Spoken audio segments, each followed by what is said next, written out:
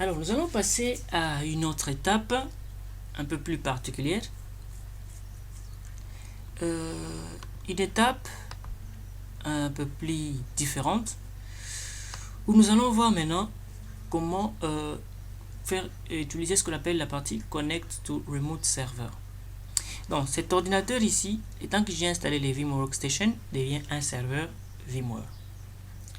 Alors, cependant, je ne peux pas me connecter à cette machine elle-même, mais je peux me connecter à une machine distante qui utilise VMware. J'ai un serveur, mon serveur personnel de la maison, sur lequel tourne un VMware, donc mon adresse IP là. Je peux me connecter en VNC, par exemple. Voilà, j'ai ma machine, mon serveur de la maison qui est sur Red Hat, sur lequel il y a beaucoup de choses, mes documents qui ne vous intéressent pas pour l'instant.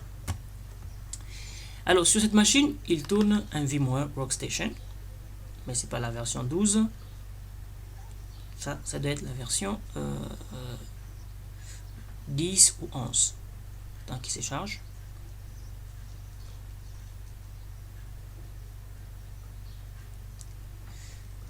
Voilà, le temps qui se charge.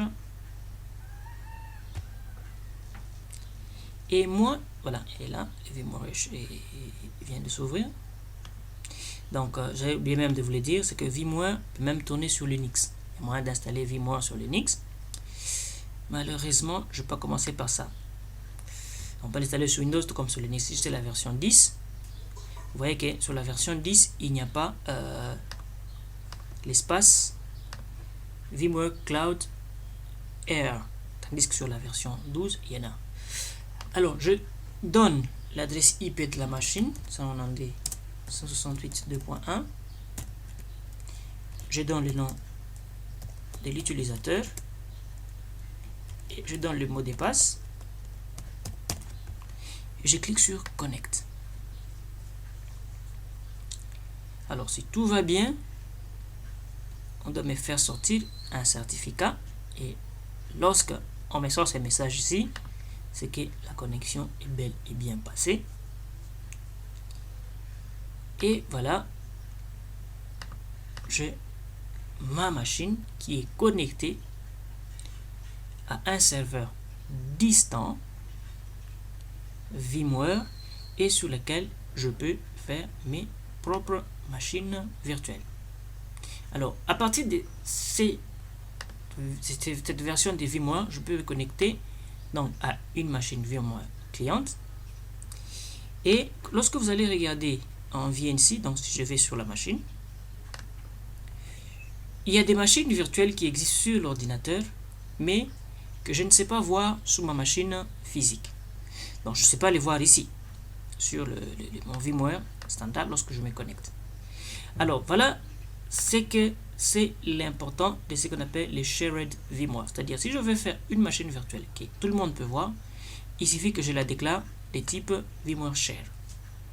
Comme ici, lorsque je vais sur la machine VMware Workstation distante et que je crée une nouvelle machine,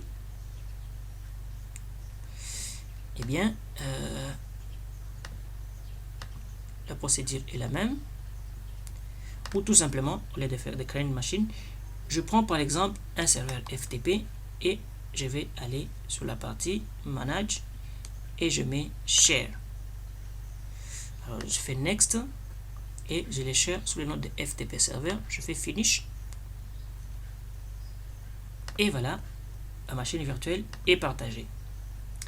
Alors si je viens ici sur VMware en actualisant, voilà, j'ai un FTP Server qui est là, sur lequel je peux cliquer et voilà, il est chargé là. Et je peux, heureusement pour moi, la démarrer.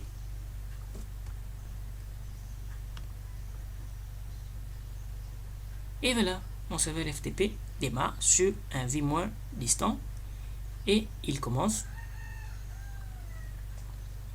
Et voilà, ça c'est vraiment intéressant. Et voilà, mon serveur FTP qui est sur un serveur distant que j'accède dans VMware peut maintenant tourner gentiment.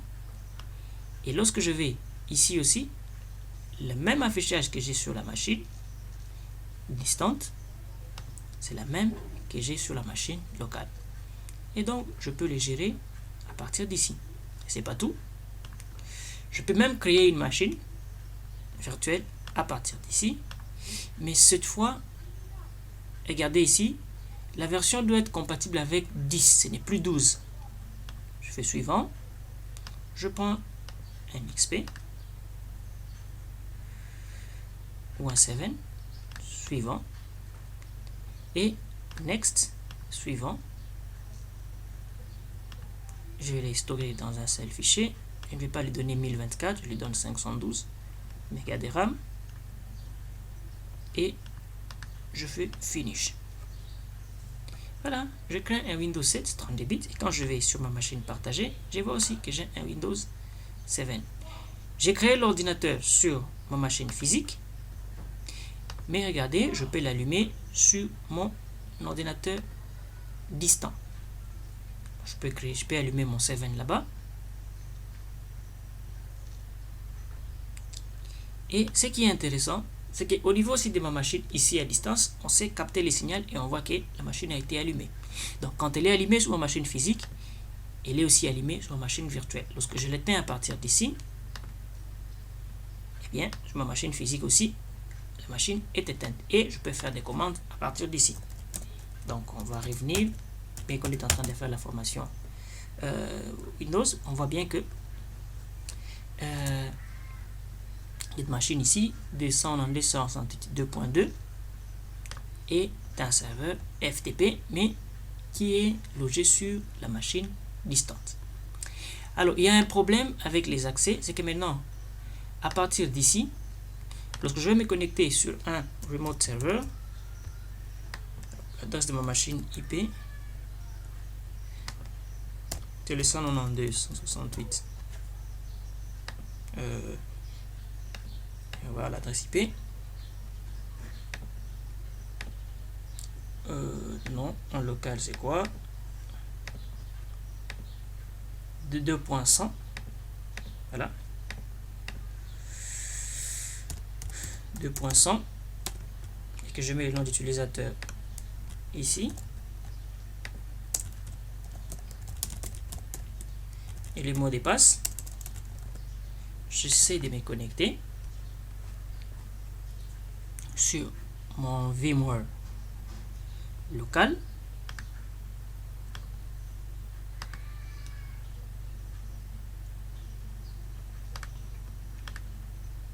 Voilà. Shared Vim. Change setting.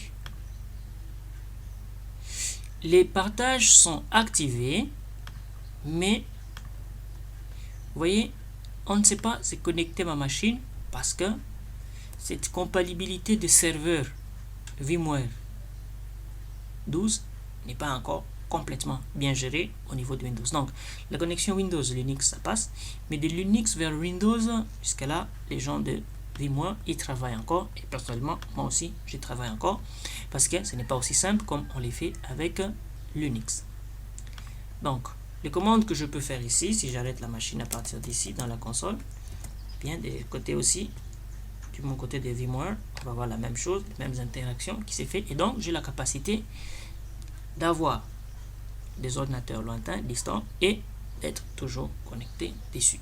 L'autre avantage, c'est que lorsque je m'y connecte, j'ai les caractéristiques qui me donnent, l'espace libre, le processeur, la mémoire RAM disponible et tout en un seul log. Et ici aussi, donc si je vais partager cette machine, je peux aller là, share, et lorsqu'une personne se connectera à distance sur cet ordinateur, il pourra avoir les mêmes caractéristiques.